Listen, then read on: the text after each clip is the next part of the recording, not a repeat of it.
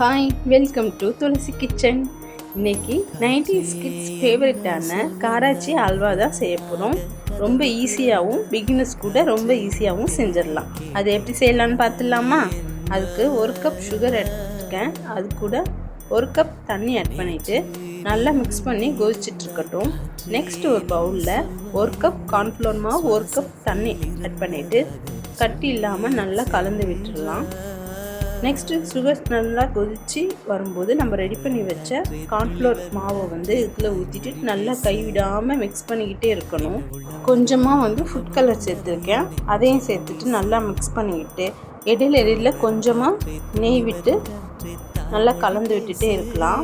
கலந்துகிட்டே இருந்தோன்னா ஃபைனலாக அந்த பேனில் ஒட்டாமல் அது அல்வா கன்சிஸ்டன்சிக்கு வந்ததுக்கப்புறம் ஒரு பாக்ஸில் நெய் தடவி வச்சுருக்கேன், அதில் ட்ரான்ஸ்ஃபர் பண்ணிவிட்டு நல்லா செட்டாக விட்டுடலாம்.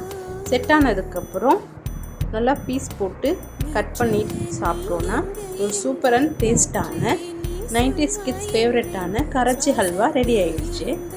ரொம்பவே நல்லாயிருக்கும். நீங்கள் இது கூட நட்ஸ் கூட சேர்த்துக்கலாம். கண்டிப்பாக ட்ரை பண்ணி பாருங்கள். இந்த ரெசிபி உங்களுக்கு பிடிச்சிருந்தா நீங்களும் செஞ்சு பார்த்துட்டு சாப்பிட்டு பாருங்கள்.